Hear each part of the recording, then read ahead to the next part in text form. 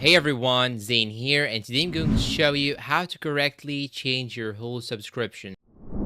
Now, first thing you should do is to simply open Hulu on your browser. Then you will have to log in into your account. After logging in, you'll have to go to your profile picture on the top right corner. Then you'll have to choose account. After that, it will show you this page. In the overview section, you have to scroll down till you find this section right here, your subscription. Now, if you want to change the plan, you will have to click on manage plan. And you can also click on post your subscription just right here on this button in order to post the subscription, and you can also cancel your subscription from this button right here. But here in my case, I will change the subscription, so I'm gonna click on manage plan right here, and after that it will show you all the plans of Hulu shown in your screen. And after choosing the plan that you need, you will have to click on review changes. Then it will show you another page. Then after that you will review the plan and click on save changes. And now when you go back to this page, you will find here that the subscription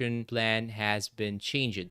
And that's all for today. If you find this video helpful, please don't forget to support us with like, subscribe, comment, share, and see you in a new video.